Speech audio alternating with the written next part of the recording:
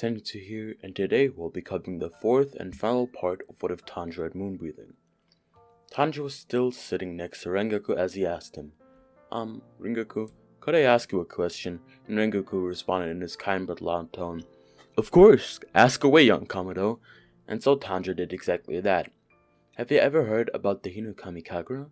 And with the same tone from before, Rengoku said, Never heard of it, which made Tanjiro stutter a bit, but before they could continue their conversation anymore, a ticket conductor came to them punching their tickets as suddenly every one of them slowly fell asleep. Huh? Tanjiro opened his eyes slowly as he saw his family home. What was going on?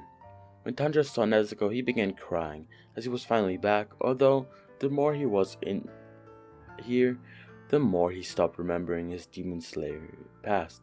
But as Tanjiro was going to get some water for his family, out of nowhere he was suddenly dragged into the water, where his Demon Slayer version shouted at him to wake up, and suddenly his memories all flooded back. And when he popped his head out of the water, his father nodded at him, telling him, We understand, don't worry. And so Tanjiro, with tears in his eyes, drew his blade and put it to his neck. We cut to black as Tanjiro opened his eyes, seeing Nezuko crying in front of him, and as he looked around, he saw Rengoku, Inosuke, and Zenitsu still asleep, but he smelled something. Oh, it reeked. It was a strong demon, stronger than Rui by miles, but Tanjiro was stronger too, also stronger by miles. He could do this. He quickly exited the compartment and jumped up to the train roof, where he saw someone standing at the very front of the train. He began running toward the demon, and when he had enough distance from him, he lengthened his katana into an odachi and used the 14th form, Catastrophe, 10-man crescent moon, using his odachi creating a chaotic vortex of powerful, long-range slashes that destroyed the demon completely, but it grew back? He must have just missed his neck. This wasn't possible. Tanjiro got closer, making his sword back into a katana as he jumped toward Enmu using the first form of moon breathing, although he was stopped midway through the attack, getting thrown back into a dream. Tanjiro gasped in dismay. He needed to get back now, and so he placed the katana to his neck once more. Another cut to black, and Tanjiro's back using the second form, sending a barrage of blades towards Enmu, which hit, doing an astounding amount of damage to the lower moon. However, Tanjiro was set into a dream once more, and when he escaped, he was sent into another one, and then another one, and then another one. But Tanjiro finally realized something. As he escaped again and again, he closed his eyes, using his nose to look at the demon, finally using the first form chopping off his head. I did it! Tanjiro thought, smiling, but Enmu's head began moving without its body. What the? An arm-like tentacle was moving his head. As it turns out, Enmu's body was the entire train? How was Tanjiro going to do this alone? Well, that question was answered quickly as Inosuke came running toward him as the two of them fought against Enmu, with Tanjiro closing his eyes, using only his nose, whilst Inosuke was just on demon time as always. Using this method, they were able to overpower the demon. When they got to the very front, Tanjiro told Inosuke, Cover me real quick, and Inosuke nodded, as Tanjiro grabbed his blade so tightly the handle might break, and jumped high into the air. Solar eclipse, he said calmly, but before performing two techniques at the same time, that being the 16th form of moon breathing and the second form of sun breathing, which made it possible for him to fully decapitate Enmu. Tanjiro quickly spun around to help everyone who was still in the train as it slowly derailed, but when he saw the lights flicker on and off, he could tell that Zenitsu and Rengoku were doing that job just fine, and he sighed in relief before suddenly the train fully derailed, crashing into the ground. Tanjiro was lying on the ground injured from the crash, but not as injured as in the original since he wasn't stabbed by the conductor, so when the fight between Rengoku and Akaza began, he could see even better how far behind he truly was. Their speed, their power. It was all so incredible, but just as quickly as it began, it ended, as Rengoku ended up getting pierced through the stomach by Akaza. However, this made Tanjiro step in, activating his Demon Slayer mark for just a brief second as he jumped over, managing to cut a bit of Akaza's arm off, before being blasted away from a cake from the upper moon, knocking him out for a bit, but this made it easier for Rengoku to chop off his arm, and so Akaza ran away through the forest, with Tanjiro shouting after him, telling him, You coward! We humans, we fight you in the night where you have the upper hand, and you don't even have the respect to see your fight end? Tanjiro's veins popped as Rengoku's weakly voice told him to come over, and in his little monologue, Rengoku told him to set your heart ablaze. and slowly Rengoku died. Tanjiro, Inosuke, and Zenitsu were all crying as they all shouted to each other that they were gonna train and train so they could live up to his legacy before they all passed out. As they woke up, they found themselves once more in the Butterfly Mansion, training so much that they pretty much passed out from exhaustion every single day, making them a good chunk more powerful than they were in the original. When Tanjiro set out to the Rengoku estate, his interaction with Rengoku's father and Sanjiro were all pretty much the same, being shouted at for his sunbathing and everything. As some more time passed, Tanjiro was coming home from a mission only to see Aoi and the three little girls being in the arms of an incredibly tall man. It was the Sun Tashira, Tengen Uzui. Tanjiro was flabbergasted and began shouting at him to stop and that none of these girls were even demon slayers, but when Tengen was about to go off with Aoi, he shouted, "We'll go in place of them," and Tengen laughed. "We? You're one person." Kano seemed terrified as she stood next to Tanjiro. Was she meant to be included in that? But, to her relief, Zenitsu and Inosuke jumped to them out of nowhere, and so Tengen smiled widely. "Alright then, you're coming with me now." And so they set off on their journey. The journey continued to be the same as it was in the original. Tanjiro, known as Sumiko in the entertainment district, was doing incredible as he was kind to everyone, doing exactly what he was told, but in reality he was looking for the demon and Tengen's wives. Zenitsu, known as Zenko, was doing the exact same, just with a bit more yelling and just in general being a bit more annoying. And Inosuke did just whatever he wanted, really. He was known as Inoko. As time went on, they all met on the roofs after looking for the demon and Tengen's wives and told each other what was going on. But one day they knew something was wrong. Zenitsu was gone.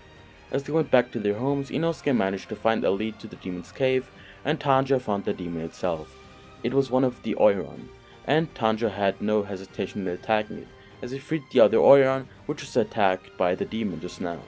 As the fight between the two began, Daki did not hesitate in calling him ugly within the first few seconds of their interaction, but Tanjiro just scoffed at her, as he clasped his sword tightly, flying at her, using the first form of sunbreathing, managing to land a blow on her, but it exhausted him too much, so Tanjiro moved back to moonbreathing, which was still doing a fair amount of damage to her. But Daki was just way more powerful than him, and that by far, since Tanjiro didn't even have his mark yet, and so, when she was fully awakened after her cloth returned to her, her attack still devastated the area, although it damaged Tanjiro less. Tanjiro thought back to the letter he had received from Rengoku's father, telling him that he was the chosen one, since he had the same mark as the original creator of Sunbreathing. "No, you're wrong, Shinjiro. I wasn't born with this mark.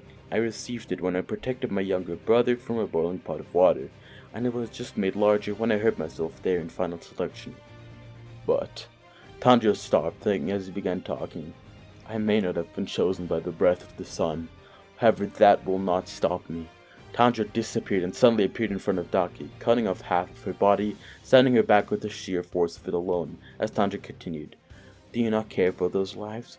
Tanjiro said his eyes were bloodshot, but Daki responded, "Shut up, ugly.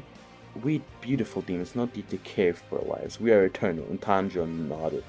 "I see. I suppose I have to." Tanjiro clutched his blade as Daki seemed to flash back to some unknown figure, who said the exact same words as him just now. And his blade seemed to get a slight red tint to it, as he said in a cold tone, "I have to eliminate you." Tanjiro flew at her, using the Total Eclipse attack to cut and destroy the cloth, which was attempting to attack him before using his Solar Eclipse attack to cut off her arm and completely overpower her.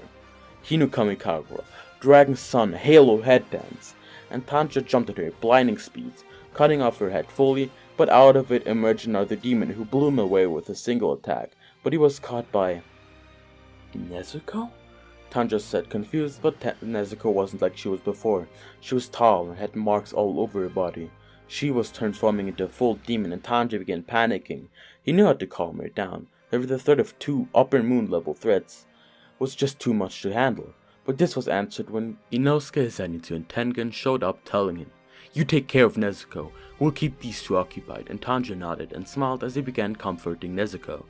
After finishing that, he quickly brought her to her box before taking a deep breath, telling himself, "Even if it takes everything you have, fight!" And he ran off faster than ever before and jumped into the fight of Tengen versus Gyutaro. The fight was brutal as Tanjiro was landing some blows. However, he was hit back and quickly had to defend Tengen from some incoming attacks from Daki. And so, after some planning in his head, Tanjiro jumped over to Daki, managing to decapitate her by working together with Zenitsu and Inosuke. However, it took a dark turn as Inosuke was stabbed and Tengen's head was cut off. Tanjiro looked around in shock, but this wasn't how it was supposed to go. Suddenly he was hit by Zenitsu as the building collapsed in on itself because of an attack from Daki and Tanjiro was knocked out.